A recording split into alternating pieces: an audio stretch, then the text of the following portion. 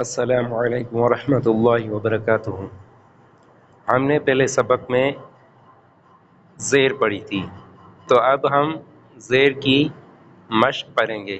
مشق زیر مرکب، یعنی وہ حروف جو زیر والے ہیں لیکن آپس میں ملے ہوئے ہیں۔ تو پڑھنے کا طریقہ سب سے پہلے یہ ہے کہ میں نے آپ کو پہلے بتا دیا تھا کہ ہم نے روانگی کے ساتھ قرآن پاک کو پڑھنا ہے، اسی لیے ہم رواں پر زیادہ فوکس کریں گے۔ تو ہم نے یہاں پر جوڑ بھی پڑھی تھی اور رواں بھی پڑھی تھی، تو یہاں پر صرف ہم رواں کریں گے اور ان کو ملانے کا، یعنی مرکبات کو ملانے کا طریقہ سیکھیں گے۔ سب سے پہلے ہے حمزہ، تو اس کی رواں ہوگی ای، اور اس کے بعد ہے با، تو اس کی رواں ہوگی بی، ملائیں ای بی، لی ملائیں ای بی لی، ا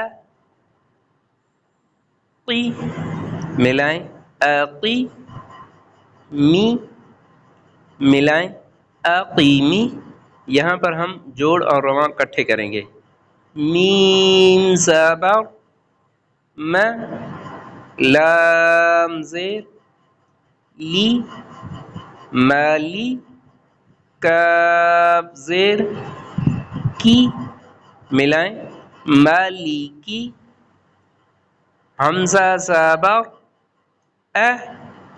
فا زبر ف ملائیں اف، حمزہ اور سا کو زبر کے ساتھ ملا کر پڑھیں گے تو آواز ہوگی اف اف، را زیر ری ملائیں اثری، حمزہ کے اوپر زبر ہے، اس کی آواز ہوگی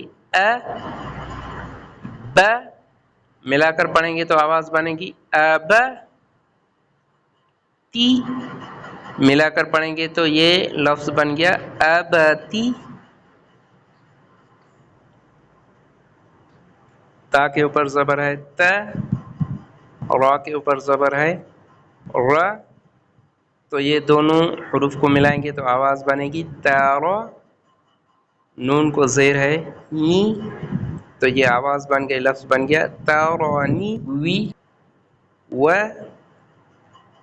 ذ، ملا کر پڑھنے کی صورت میں و ذ، را کو نیچے زیر ہے تو اس کی آواز ہوگی ری، ملائیں وذری وذری، قاف کے اوپر زبر ہے ق، میم کے اوپر زبر ہے م، قام، را کو زیر ہے ری، قمری، ع ری عری، می ملائیں عریمی، تو ملانے کی صورت میں یہ کلمہ بن گیا عریمی۔ فا کو زبر پڑھیں گے جوڑ اور رواں کے ساتھ، ف زبر ف، لام زبر ل، ملائیں فل، قاف زیر قی، ملائیں فلقی فلقی۔ وقف کی صورت میں قاف کو ساکن کر دیں گے، زیر کی آواز خاموش ہو جائے گی۔ فلقی وقف، فلق فلق،